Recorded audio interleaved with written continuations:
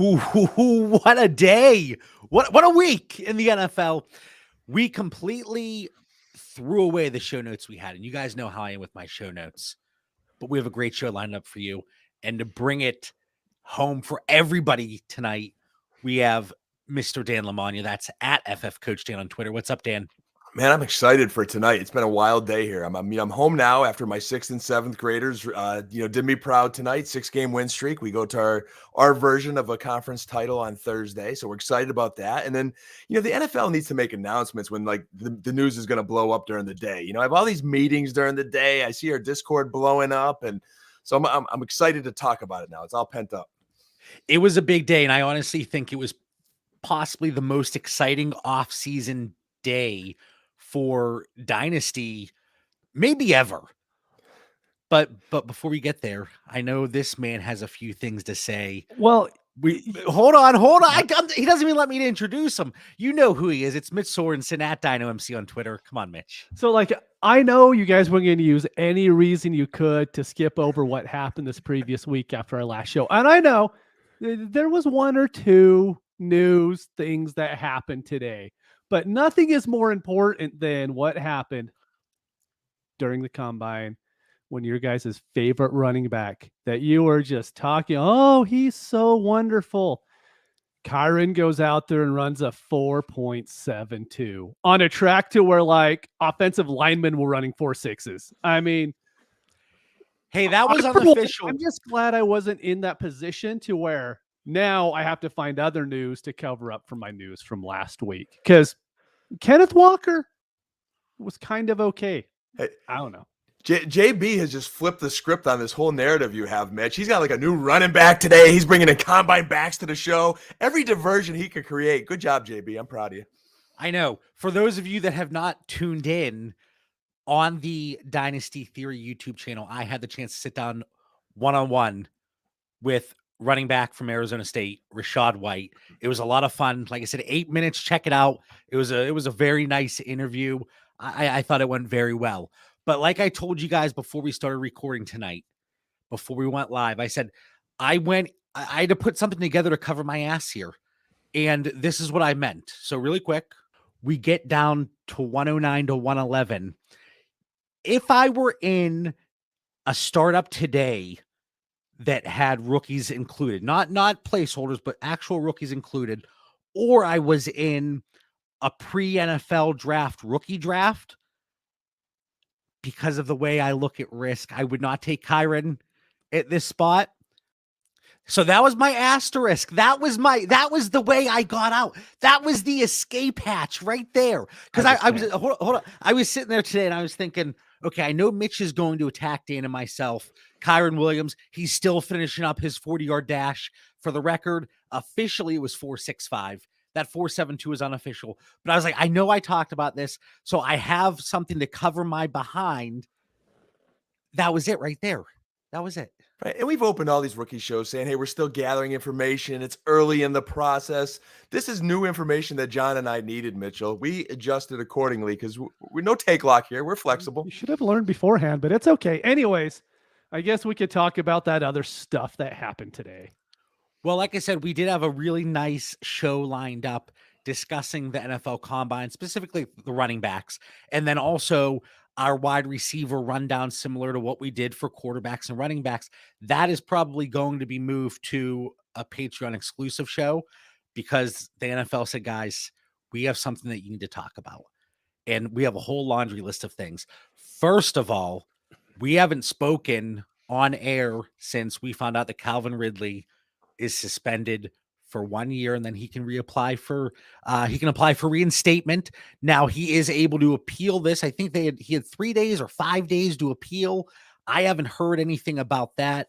I don't know if he has a chance to win that, but for dynasty fantasy purposes, how are you guys viewing Calvin Ridley, whether you have him on your roster or you don't? Because I've taken a firm stand, so I'll provide my thought in a minute here. But Mitch, what do you got? I'm out. I mean, I was pretty out before this news even dropped just because of what happened last year. He's going to be 2 years at a minimum, pretty much 2 years out of football. And at that point, I don't want a 30-year-old wide receiver that's more than likely going to be moving to a new team. It's not something I'm looking for. I actually traded him in a league, a 14 team, and I got a 22 third round pick and then a 23 fourth round pick. And I know that's really low, right? I sent an offer out for a 23 second to every single team in the league. That was the only tender that I got. I was in that league and I Mhm. rejected it because And I I'm rejected moving it too. him for a second. Mitch didn't even give me a chance to counter. No negotiation. I just see a third and a fourth later. I'm like, you know what? I would have competed with that. Didn't you send me a fourth and only a fourth? A fourth and a bum player. No. I think you're Deshaun Jackson or something. But it was my starting point. I thought we were starting a negotiation. Yeah, I'm with Mitch though. I'm out at a certain price, and what I've moved him for, the one was a random 23 second. I was happy to get out at that price.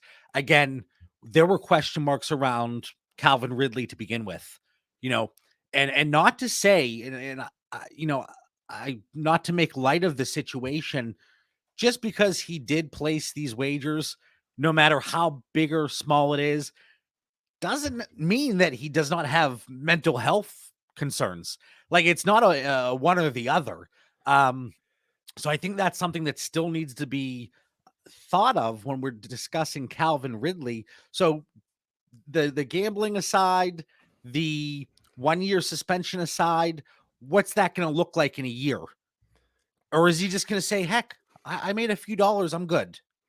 JB, I'm glad you mentioned like the mental health thing kind of got dropped for a little bit, it seemed. And it's like, did that just go away?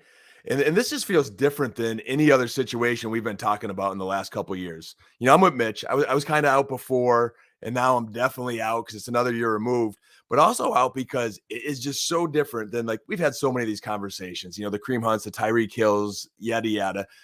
But this is different. And there was a lot of good conversation in our Discord about, the NFL botching their punishments and being inconsistent and one thing being worse than the other. All opinions aside, this is new territory. I mean, this is Pete Rose territory to us, which normally is like a lifetime. But I get the feeling the NFL is not going to handle it like Major League Baseball. But I am left with a lot more questions than answers from the mental health to the gambling. This is new territory. In another spot, I moved Calvin Ridley, and what was it, 405 in 2022 for 212 and Hunter Long 12-team super flex. Again, I would have paid a third and a fourth if Mitch came back to me, or I was busy. I'm doing a lot of things for Dynasty Theory behind the scenes. I don't have time to deal with Mitch's crap offers, one of which is still sitting in my inbox. That Dalton Schultz offer you sent me. Oh, that was great. I won't even respond to it. But anyway, back to Calvin Ridley. There's that concern sitting out 2 years essentially. What is that going to look like? And he might come back, turns 29 during the 23 season, I think in December. So could he still put together a year or two? Sure. But you're going to have to sit on him. And that's, hopefully your bench is deep enough. In most of our dynasty leagues, they are. So that's not a concern. But you're sitting on him. He's not going to rise in value anytime soon. Let me cash out. Let me get an asset that is going to be more desirable to a greater number of managers in my leagues, the 23 picks, and let's go from there. So that's where I am. I wouldn't do the third and fourth, though. At this point, it's not even for sure he's going to be back in 2023. He can apply for reinstatement. I think the NFL is going to take such a hard line with this because we know what's going on right now. All the states are legalized gambling. The last thing you could have is players betting on the games. I know that there was like a lot of light made fun of it on Twitter and everywhere else, but the NFL cannot allow that to happen. I would not be shocked if they say, no, you're going to set out 2023 too. Like the NFL just is going to take a very hard line with it. And they're going to take the stance of like, hey, we all know you guys probably do it on the side, but just don't get caught doing it. In fact is he got caught and he's going to be the one that's going to be made the example of. Like Dan talked about the punishments and are they fair? Is it consistent across the board? Hey, player A gets 4 games for this, 6 games for this, really serious issues. But then Calvin Ridley bets $1,500, he says, which is like, not even $1 to us really. But it doesn't matter if the punishment fits the crime. It's a role. It becomes a business. It becomes a business decision here because all the past, like the NFL seems to have taken a stance of all the domestic incidents, of all the drug incidents. They take like a rehab approach. We're going to rehabilitate. We're going to give these players X amount of chances. But now when you're dipping into, partnership deals with DraftKings and other companies and gambling being a part of it and opening up now, they're not going to interfere. So there's a lot more risk to Mitch's point that this could go, longer than 2 years. And last thing I'll say on the issue, it's people were saying about these punishments not fitting the crimes. Why are we surprised that the NFL is making decisions based on money? Why are we surprised by this? It ultimately it is a business. And if they believe that these types of things are going to affect their bottom line, they're going to take a stand. Bill Walsh used to always say the NFL is not full of the best and the brightest. And he was right. And I think in these cases, you look at ownership and the commissioner who works for the owners, man, they're in their whole other world here. Yeah, and the John Bauer jersey curse certainly continues. Calvin Ridley jersey is actually sitting right next to me. Allen Robinson right in front of him. Who knows what's going to happen with him. But anyway, so that's our thought on Calvin Ridley. Don't want to spend too much time on it. Of course, we spent a little bit more than we probably should have. Aaron Rodgers, 4-year extension, $200 million, like $150 million guaranteed. How are we looking at this from a dynasty perspective? 38 years old. Is he moving up, down our rankings, our tiers? It's tough to go out and acquire him now at the previous price. Are you looking to move him? Dan, what are you doing with him? I always struggle with age discrimination, so I'm not really like all over Rodgers, but I put him in like that Tom Brady class where we were with Brady a year ago. Like I think we all thought we were going to get at least one more year out of Brady. Unfortunately, we didn't. So like I think you're good for 2 years more of the GOAT, hopefully 3. It just depends on health and the state of that team. But hey, if I could get Rodgers at a John Bauer price dependent deal, and I've got a super flex quarterback for 2-3 years. But ultimately to me today, it's not really just big news. It just makes it a little bit more stable if I am drafting Rodgers and he falls to me in a startup, and Green Bay stays relevant for another couple of years because we know that team was getting written off if him and Adams left. They stay relevant and they stay a contender. He certainly does have that stability that you talked about, at least more so than he did just a day ago. For me, he's still in that 13 to 15 range. He's 38 years old, turns 39 here in December of the 22 season. Who's to say he's not in the spotlight again, demanding this or something happen? I don't know. I can't put him over those top 12, but if you want to take him at 13, I'm okay with that. We know his ceiling, but still, we also know how vulnerable these assets are when they hit a certain age. It's a concern. So for me, I'm probably just a little bit higher than John. Like I'll take Rodgers now. I dropped him a little bit before because I didn't know if he was going to retire or not, right? But now I'll take him over Lance. I'll take him over Wilson. I'll take him over Hurts, Jones, Wilson, Tannehill. Sorry, Zach Wilson. But probably behind like Stafford and Lawrence. So he's just in that tier. Like I'll always like Rodgers more than I'll like Wilson. I mean, preview for in the future of this episode, but he's just in that really weird tier of like, he's not someone I really want. I'm okay if I have him. I'm never going to go out and trade for him. Like, I'm not going to wake up in the morning and be like, you know what, in this league, I need Aaron Rodgers on my team. But at the same time, I'm not going to move him anymore to where, like, I was very, very worried going into this offseason that I was going to have a few teams that maybe they lost Brady. Maybe they lost Rodgers. Maybe I had a Daniel Jones. Then all of a sudden I'm like, well, I don't have 2 quarterbacks in a super flex league. That's exactly it. You hit the nail on the head. If you have him on your roster, now you don't feel like you're forced to get him off your roster. You're not saying, hey, that clock is ticking and it's ticking quickly. I better move him now, especially if, let's say, he goes somewhere, and I don't think he ever would have gone to a bad situation. Like, that probably wasn't in the cards. But retirement, based on what we're hearing, it was certainly a possibility. Whether or not it was actually a possibility, that's no story, and at this point irrelevant. But he solidifies himself Whereas before, what's the difference between Cousins and Rodgers? Well, now I do believe because of this contract, because of the money involved, the guaranteed portion especially, Rodgers has solidified himself in that territory that I previously mentioned. If we're going to put some trade thoughts here. All right, Mitch, 12-team Superflex. I assume you're still taking the 101 over Rodgers. Yeah. The 102? Yeah. 103 is where I draw the line.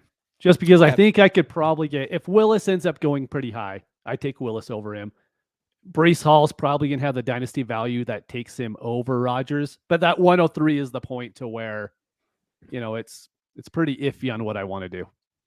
Now, if somebody has Aaron Rodgers on their team and they were contemplating entering a rebuild, they wanted to see what was going to happen with him, would you move your 105 if it was a 105 of a team you acquired? I was just thinking 105. If I'm looking to win this year, the problem is if I have the 105, I'm probably not very good. No, you acquired that via trade. I acquired it. Then then I do it. Where are you, Dan, in terms of just draft picks? And then we'll go to cross positional. I'm right with Mitch. I mean, I love to get Malik Willis. Breece Hall is probably too good to pass up. And then you get into wide receiver territory unless some other quarterback gets drafted in the ideal position, maybe. But again, you don't want to get stuck without a quarterback in super flex. So there's a lot of depth at wide receiver. So I'm right where Mitch is. Mitch T. Higgins or Aaron Rodgers? Aaron Rodgers. Aaron Rodgers or Joe Mixon, Dan? Joe Mixon. I mean, it depends on the roster makeup, though. Yeah, that's the tough thing with these. And I think it depends on your league construct as well. We're in some leagues where running backs, they're impossible to acquire. Mm-hmm. In some where quarterbacks will not move unless it's a severe overpay. So your submarket, I always talk about the submarket, your submarket, which is your league, certainly dictates that a little bit. But I think that's kind of the threshold. You start to get a little bit lower on the running backs. Rodgers or Derrick Henry, you're taking Rodgers. Rodgers, David Montgomery, you're taking Rodgers. Most people are. Rodgers, Terry McLaurin, Rodgers, Deontay Johnson, Rodgers. So that's kind of the territory with, I think, Higgins and Joe Mixon that we're looking at cross-positionally. And then quarterbacks were all kind of in that same range, I think, even though Dan is a very well-known ageist here in the Dynasty community. Devontae Adams, I'm going to skip ahead here just to stick with Green Bay, franchise tagged. We talked about this last week with the franchise tags. It kind of puts you in that limbo, especially if you're a 29-year-old receiver. If I'm contending, probably willing to ride it out with him, but I'm not actively looking to acquire Devontae Adams, especially because there's probably a temporary and immediate value spike, right? Yeah, At least for somebody that has him. Like I hate having to say it again, but like it's so team dependent. Like if someone offers me DJ Moore, the right move to make in Dynasty is to take DJ Moore over Devontae Adams. If I'm in a league to where I want Devontae Adams points this year, I'm going to keep Devontae. It's those wide receivers are so weird. To someone's like Traylon Burks or Devontae, you should take Traylon Burks every day of the week, right? What if I was in the semis the last 2 years? Mm-hmm. I'm winning money every single year, and I could have Adams for one more. I could probably live without Traylon, and I will end up taking that value hit. I think it's something that not a lot of people like to hit on, but it's okay to not win the value every time if you're ending up in the money each year because of it.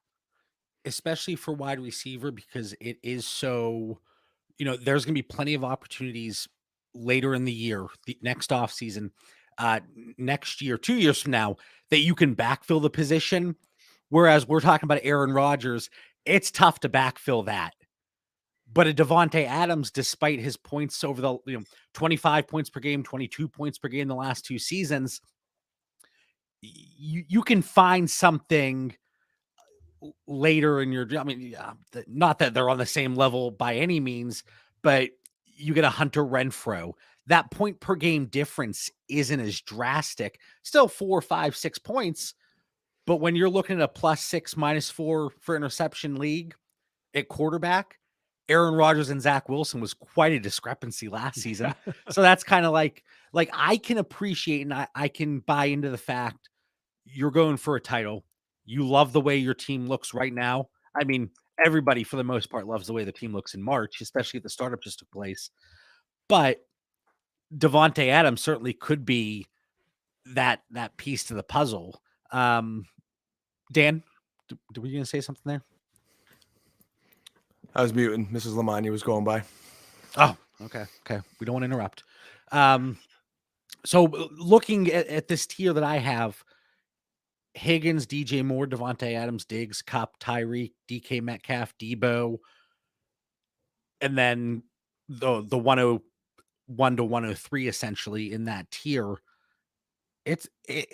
I would be very interested to see what types of moves are made with Davante Adams included. Mm-hmm.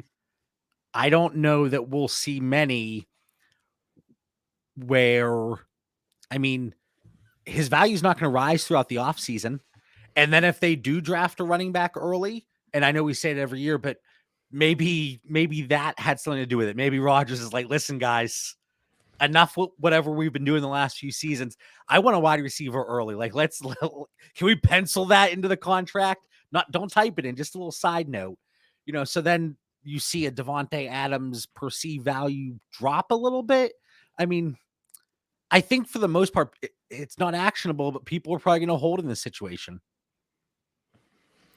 Green Bay's Green Bay. What happens, sorry, I was just going to say, I know we bring it up every year. Hey, they're going to draft a wide receiver, right? What happens if they get Jameson Williams?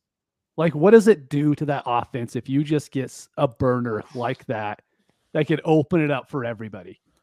I mean, that's going to help Rodgers' value. Adams' value probably isn't going to go up, but it's just going to make that offense so much better. You'd have to think that some of this talk of why he chose Green Bay over the Broncos and all the offensive talent they have is they were like, look, we will get you more playmakers. You would think. We thought that was going to happen last year. That's true. The year prior. And hey, not only are we not going to get you a playmaker, we're going to try to draft the player that's going to replace you in the first round. So Davante Adams, I think, honestly, I think Aaron Jones is in the exact same situation that Davante Adams is in from a market perspective. They're overdue to get that receiver, though. Yeah, the only thing I would say, maybe this opens things up a little bit more in the Aaron Jones market than it might the Davante Adams, because of their, like, if this was their actual, where are we at here? If this is what their price should have been, maybe Davante Adams was like here and Aaron Jones was here, and now it brings Jones up a little bit more. I swung as hard as I could today. I received an offer for Metcalf. I'm like, no. I want to get a little bit more. So I countered with Aaron Jones and Metcalf for the 101 and the 104. And it was rejected within like 2 seconds of me setting it. I'm like, you know what? Probably tried for a little too much there. Was that the one that the original offer was 104 for DK? Yeah, pretty much. Yeah.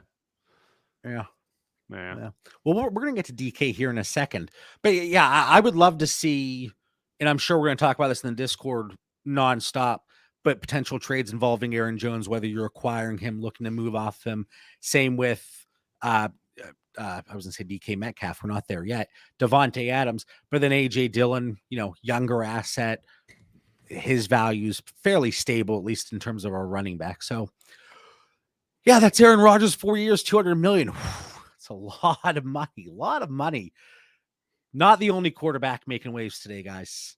Russell Wilson traded to Denver for a slew of picks. Noah Fant, and my man, Drew Lock lives for at least another day. We'll talk about Drew Lock in a second here, probably longer than we need to. But same thing, dynasty impact. Mitch, we don't have to go player by player here. Right. What stands out to you here? Let's talk about it from a Denver perspective first. For me, the biggest winner in this, I think, is Jerry Jeudy. Jerry Jeudy had a very good chance to where, I don't think you could have got an early second for him a week ago. But now I think there's a good chance to where if you try to move him today, you could get a mid to a late first for a wide receiver that's really done nothing. You're counting on Russell Wilson to make it work. So for me, for the value-wise, now I have some Judy shares that I'm like, all right, this is my chance to move him if I don't have a lot of faith in him. I personally don't. If I can move him and Sutton off all my teams, I'm more than happy to do so. But that's only because we've talked about this for months now. This was why you got into these players before this happened, because I fully believed that they were going to get a better quarterback because that franchise knew they had to get a better quarterback. Now what happened? Now I'm happy to move those pieces because I don't really like Sutton or Judy in the first place. How many running backs are you taking over Judy in this rookie class? Burks, London, Wilson, Jameson, anybody else? No. Garrett, take Wilson. I said Wilson. Did you say Wilson? Yeah, sorry. That's probably the point there. So probably, late first kind of value. I was going to say those 3 running backs, 3 or 4 quarterbacks you're going to take over him. You're looking at 110, 111. Mm-hmm. And I think that's fair. But that was kind of the point of indifference there during the early stages of the offseason, because everybody was hoping and thinking Denver was going to upgrade that quarterback. So it was very difficult to acquire for early second. It was very difficult to move for a mid to late first. So people just kind of stood there doing nothing with their Judy shares. And now we might be able to see some movement. So Dan, Mitch is aboard the Judy value spike, not necessarily aboard the Judy train, but he likes the spike and the potential to move him. What are you thinking with this Denver offense and the dynasty impact? I'm a little mad at myself that I wasn't more aggressive going after Judy this offseason, because he's my guy. He was, I had him over Lamb as we go back in time. And I did got one extra share this offseason before and rolled the dice in a 16 team league we're all in, where I moved Kyle Pitts, which is, I needed depth, and I got Hawkinson and Judy.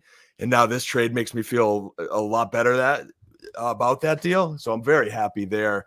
Coach Fangio, how upset is he today? He's like, you couldn't do this for me a year ago or give me an extra year to be here. Like, you knew they were a quarterback away.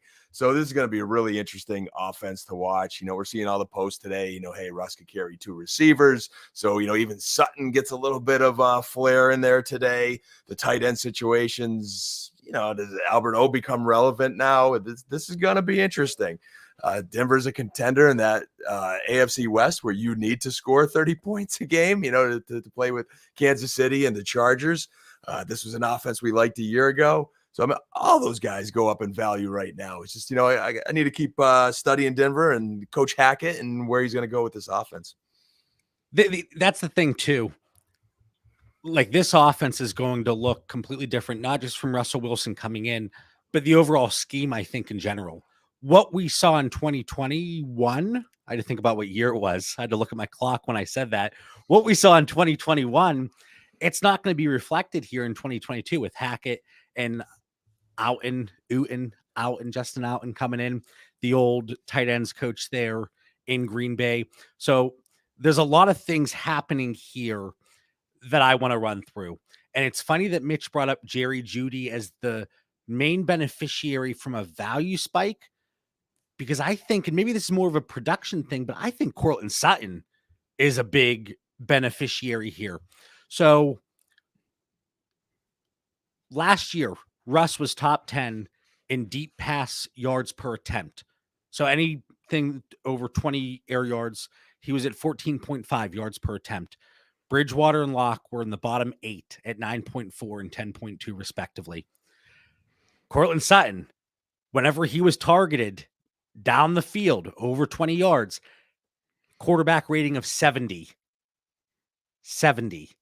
And then you look at Russ last year, his quarterback rating was 115 whenever he targeted Tyler Lockett down the field. So, I was just going to say, how much is that he's targeting Lockett and Metcalf to where now he's going to have to be targeting Sutton? Maybe it isn't all Bridgewater and Locke. Maybe a little bit is the players that Russ was being able to throw to, and now he's throwing to someone else. That is certainly a possibility. I don't want to discard that at all, but I do think it's going to raise Bringing Russ in, you can't think it's not going to raise Sutton and Judy. And then Albert O, last year, 5th in yards per route run. You know, I love yards per route run, looking at the tight end position at 1.94. And people want to say, Russ doesn't target his tight ends. His tight ends get hurt every single year in Seattle. As a tight end room, each of the last 3 years, 20% target share. Is that a massive haul? No. But Albert O now, without Noah Fant, with that yards per route run, I expect that to come down a little bit if he's on the field more. He's not going to maintain that efficiency, you would think. But the misconception, and it is a misconception, that Russell Wilson's not going to look his way. I actually think that Albert O, and Mitch, you were out on him before, so I'd be interested to see what tune you're whistling right now. But he was one of the few guys across Denver and Seattle that moved for me as a result of this. I bumped him up a tier, and I would have no issue taking him in that 12 to 15 range. Yeah, it's just not the kind of tight end that I want on my team. That's the problem. Is sure, he's going to be there, but I've always tried to build my teams as much as I can around the elite tight ends. And when I see someone like Albert O, whose value is going to spike because of this, you're right. He's probably the biggest gainer out of all of this. And do I really like him more than Dawson Knox? No, but he's probably going to cost more than Dawson Knox is right now. That's the pivot opportunity right there then. Right. Do I like him more than Cole Kmet? Definitely not. But Albert O is probably be more expensive right now. And so that's just the reason why he's the Tyler Higbee of years past, to where everybody's going to be talking him up all year. And at that point, there just aren't that many good tight ends that I really care about. If someone has to be hyped up all offseason, they're probably not that great of a tight end to begin with. Yeah, but you didn't like Alberto to begin with. It's true. You didn't like him. But we're playing in 2 PPR leagues for tight ends. The market is going to be there. But I would say, even though I bumped him up a tier, I would have to label him once we get new information coming out of the different values and market adjustments across the board on the weekly show, The Pivot Point, only on the Dynasty Theory Patreon every Friday. He's probably going to be one of those market inefficiencies where it makes sense to move him. So what am I doing right now with these players? I'm shopping Alberto at the increased price, even though I do like him, but I think the value spike is going to outweigh his production. Possibly look like it's going to be so hard to acquire Sutton or Judy at a reasonable price, but maybe there's somebody, the way Mitch is looking at Judy, that has just been sitting on Courtland Sutton and he's been rotting on their teams. Maybe that's the person you want to attack in your leagues, because then you can get them at a reasonable price because they're just looking to get the heck out of Dodge. They want to get rid of Courtland Sutton. Maybe you can do something and package together a few seconds, maybe future third, get those together in a package and ship them off for Sutton, or maybe a deal involving Albert O if that team doesn't have a tight end. Just a few possibilities. But I would say Sutton might be the player that intrigues me the most based on perceived value and ultimately the production we see, because I think Mitch is selling him short a little bit. I would agree from fit too. Russ throws one of the nicest deep balls in the National Football League, and that plays, I think, right to Courtland Sutton, and I think production will go up. I'm really intrigued by why this trade happens. You know, you just don't trade elite quarterbacks in the NFL. Now, we've seen some reports last year where, I don't know if it was the NFL GMs or whoever, saying kind of Russ looked like he lost the step or he's not looking that impressive. So is Seattle saying to themselves, okay, now's the time to sell. We're inside the locker room. We know he's healthy. We've got elite wide receivers. This is the time. They get the 9th pick overall in the draft now. Is that Malik Willis time? Do they see, hey, we could get ourselves a franchise quarterback that we loved at the scouting combine and that we believe in? You know, he did really good in the meeting rooms. He tested good. He looks good. So they get their guy. They get a nice pick again next year as well, and they rebuild. Russ says, hey, I'm happy to waive this no trade clause. The Pete Carroll thing's getting old. It's time to get out of Seattle. I improved my offensive line. I've still got young weapons. I got a running game that takes the pressure off, and I'm going to prolong my career for 2-3 years. So I see it as a win-win, but a very interesting trade. Any impact on Javonte? Mitch, you kind of had a tweet that was tongue in cheek, and it was what was it? Keep trade cut. We'll have him worth 15 first here very shortly. But I mean, like, everyone is just going to hype him up more now, which it's fine. I understand why. I mean, a running back in a Russ offense is very, very good to have, more so than in a Drew Lock offense. I mean, I think that's perfectly clear. So, Or a honestly, Teddy Bridgewater offense. Right now, he's probably actually worth what everyone was saying he was worth back in January. But his values even surpass that now. It's probably going to. I don't know. It's still hard for me. I would look to shop him. If this is creating even more buzz, I'm not saying he's going to go above that running back 4 price tag, but if people are willing to pay a little bit more, heck, I was already shopping him. The only thing here, I mean, not to say that offense is not going to be significantly better with Russell Wilson, because that's why you make a move like this. It's why the Rams made a move last year to get Matthew Stafford, and that paid dividends, obviously. But the big thing here, last year, Melvin Gordon and Javonte Williams each had 9 carries inside the 5-yard line. You would have to think that Russell Wilson coming over, they sustain longer drives, they're able to get the ball inside the 20, inside the 10, inside the 5, and that's where Javonte and or Melvin Gordon, they're going to see more production from a fantasy standpoint, because we know carries inside the 5 significantly more valuable than even inside the 20 to 10. So that's a big win for them. So Javonte, Alberto, Sutton, Judy, Tim Patrick. What about Tim Patrick? Intriguing? Sure. Don't care? Don't Nothing care? wrong. I mean, if you have him on your team, you're happy right now. Would you move him for an early 3rd? Because that's probably the price tag. I'd probably keep him from early 3rd. Okay. Talked about Russ. Russ going from a team that was bottom 2 in passing attempts to a team that was bottom 10, but new coaching staff. I think we see the passing volume pick up a little bit in Denver. Maybe that's wishful thinking. All right, on to the other side. Seattle, DK, Lockett. Really quick rundown. Mitch, what are your thoughts? Sell. I think that's what the Seahawks are going to do with Lockett. Mm-hmm. I can't see. Bobby Wagner was just released. I can't see a world where Tyler Lockett is on that roster in a week, 2 weeks. I can't see it. Lockett to Green Bay. Whoa. Boom. Everybody to Green Bay. That's just what we're going to say now. But I would actually say I'm not looking to move Lockett, because right now, the way it stands, his quarterback is Drew the God Lock. And I say that in jest, of course. Anybody that's been listening to Dynasty Theory in the Discord on Twitter, they know that I have my fair share of Drew Lock shares. But the market's not going to be there for Lockett when it was already deflated in the Dynasty community. I actually think, so here's my thought. With Fant, DK, they're both going to be there in Seattle. Let's say they do bring in another quarterback via the NFL draft, and they start with Lock and they go 0-4, and they're like, all right, let's pull the plug. Let's go another direction. That offense could shape up a little bit more. It could be like, I think DK, his price is going to drop to the point that it makes sense to throw some feelers out. Yeah, I agree.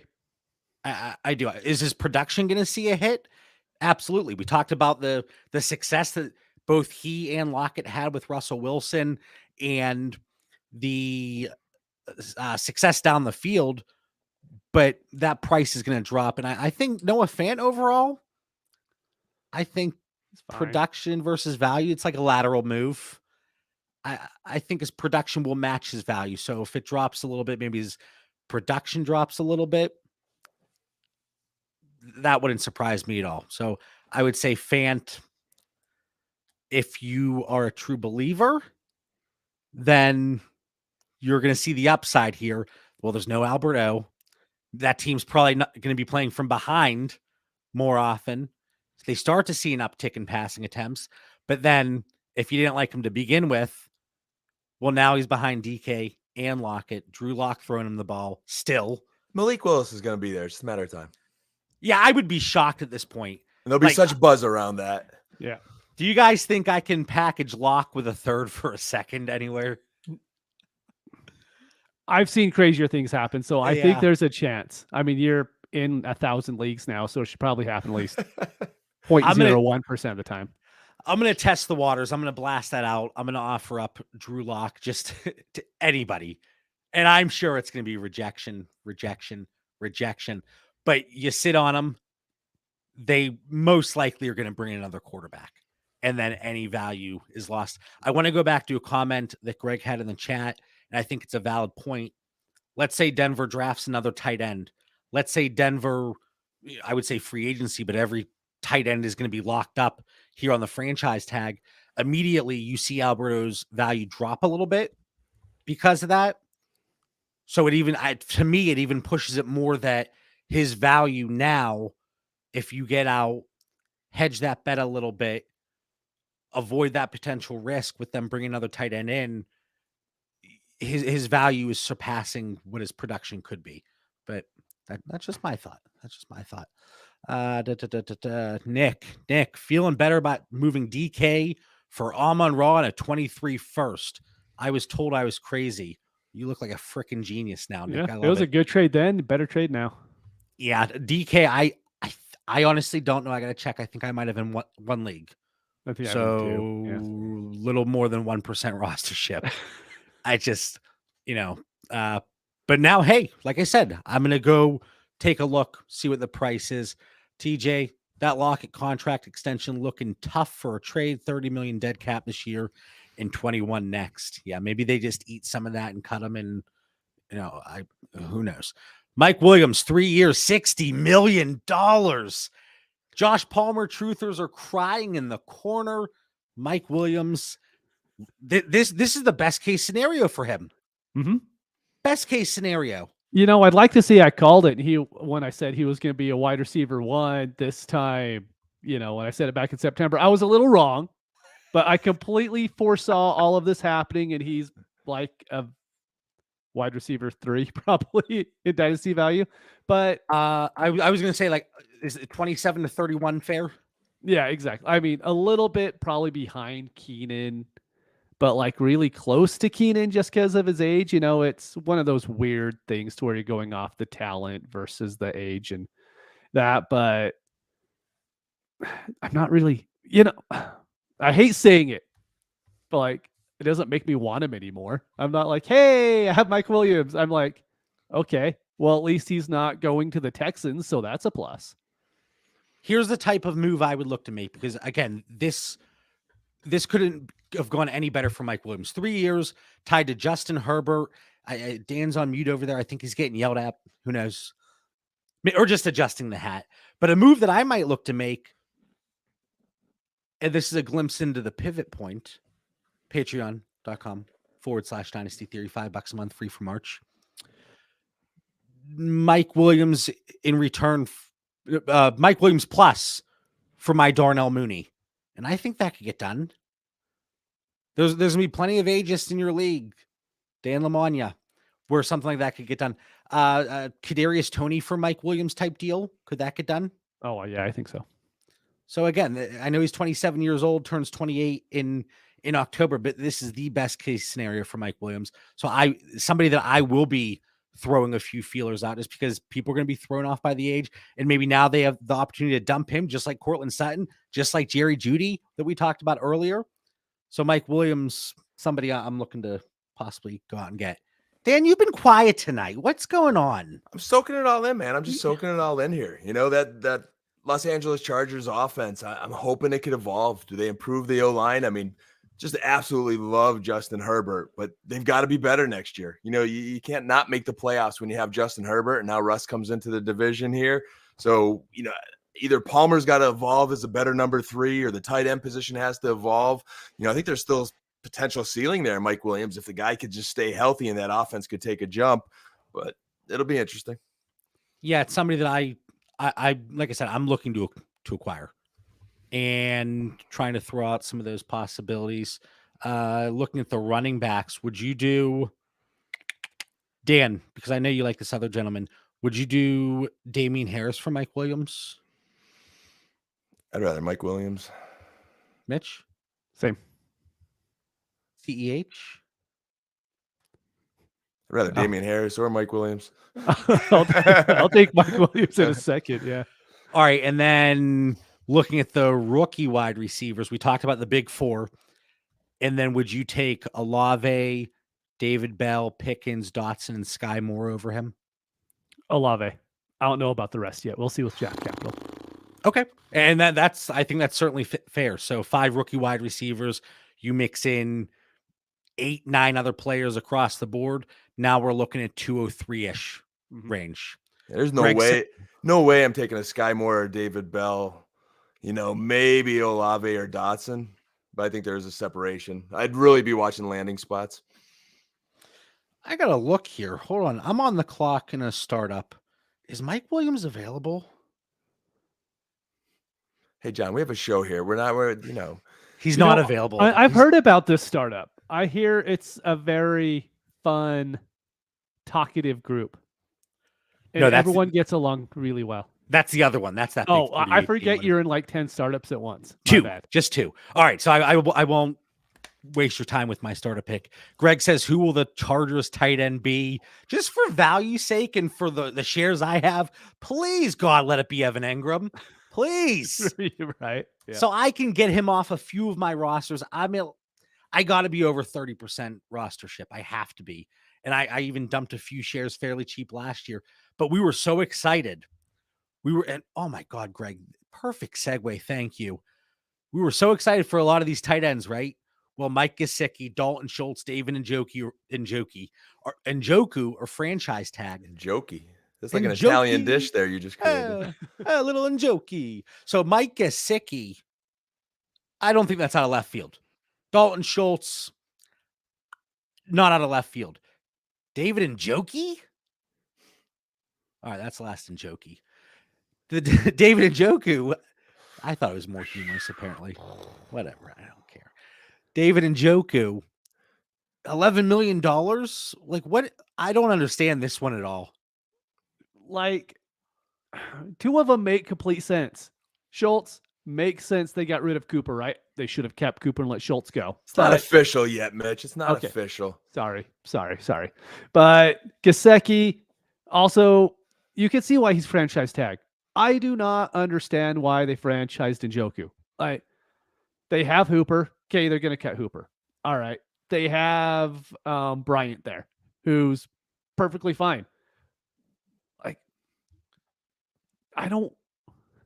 the Browns were once the team 3 years ago to where everyone looked and like, you know what? That's how you build a franchise. And every year since, you're like, they're just the Browns. They're still the same Browns. Why do you think I haven't changed our intro yet? It was only a matter of time. Dan, there's too much dysfunction in Cleveland. And who knows what's going to happen with this move. But yeah, I was hoping, I think a lot of people selfishly were hoping that David Njoku was going to go elsewhere. Same way I'm talking about Evan Engram. But value-wise, best case scenario will be if the Cowboys come to terms on a longer-term deal for Dalton Schultz. That'll be best case scenario. But I think this is a very good scenario for him. He's a volume-dependent, less athletic tight end. And I know, Packy's ears are probably ringing, our buddy in the Discord, but it's true. Mike Gesicki, was he going to get that target share elsewhere? Was he going to get that heavy utilization out of the slot? Probably not. So again, best case scenario for him, at least for 22, because these guys could have gone to a crummy situation. Sure, they could have gone to Los Angeles, but there are those crummy situations out there as well. So I like it for 2 of these guys. I hate it for 1. Yeah, I love the Gesicki piece. I think I'm proud of Mitchell and I. When we did talk about free agent or the tag, I think Mitch's guy was Mike Williams and mine was Gesicki. They were kind of our most prominent guys that we says, hey, they're going to get tagged. They're not letting them go. They're not going anywhere, and they stood. Schultz, he's a solid receiving tight end that has great chemistry with Dak. I wish he could block better. That's my only concern, but hopefully they sign a blocking tight end. But great one for Dallas there. It makes sense. Njoku, my question is Austin Hooper staying, leaving? What are they doing? Like, somehow Cleveland, for fantasy purposes, needs to get that from 3 to 2. If that could go from 3 to 2, because I love Harrison Bryant.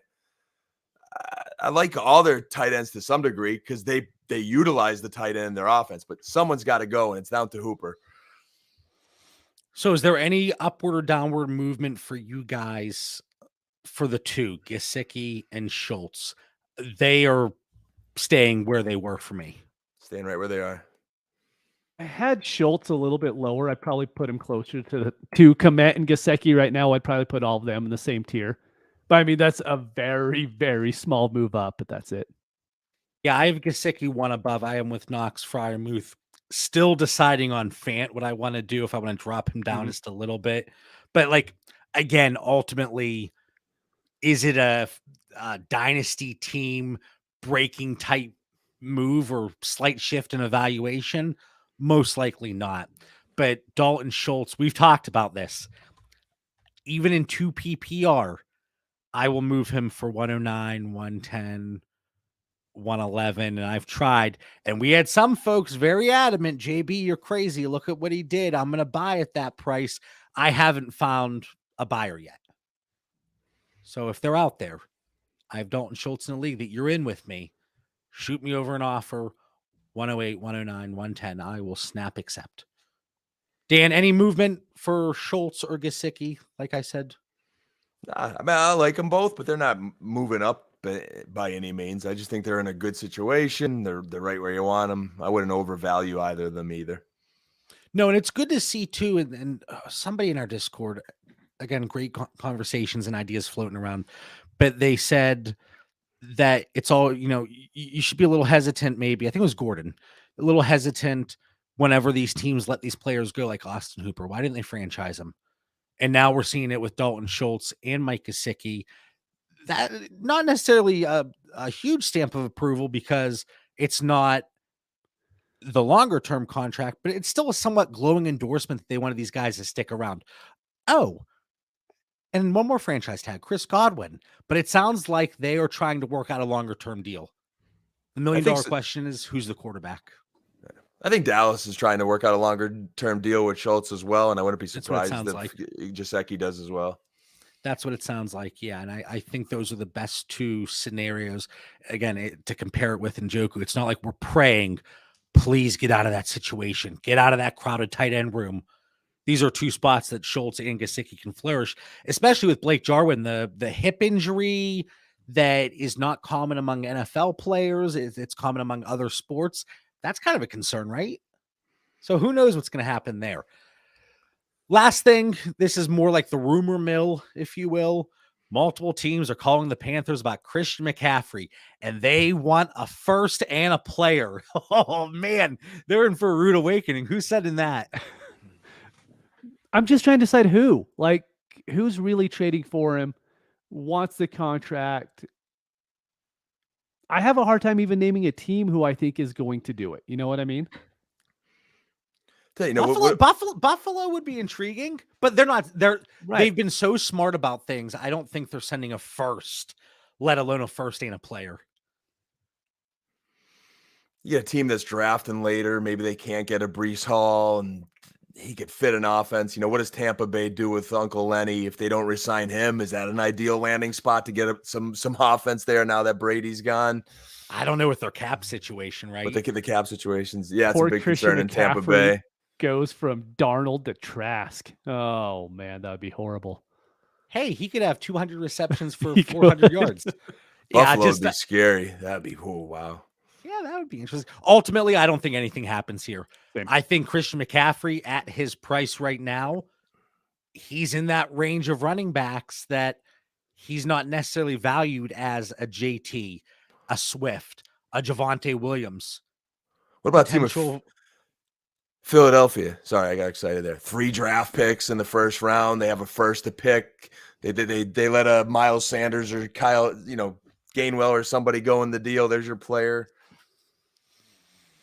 I could see it. That one makes a little sense, Yeah, it could be intriguing. They can get down the field. Christian McCaffrey can do all the work, and Jordan Howard can punch it in if he comes back. I don't know. But McCaffrey falls in that range of running backs that, due to their inflated or deflated price, even though typically you say don't buy running backs, don't acquire them in the offseason, especially pre-NFL draft, because we want to see how things shake out, free agency, NFL draft. But the price might make sense because of the current running back landscape. But that could be a conversation that could Atlanta wants to win now. Matty Ryan's only got a few years. They need a heck of a lot more than Christian McCaffrey.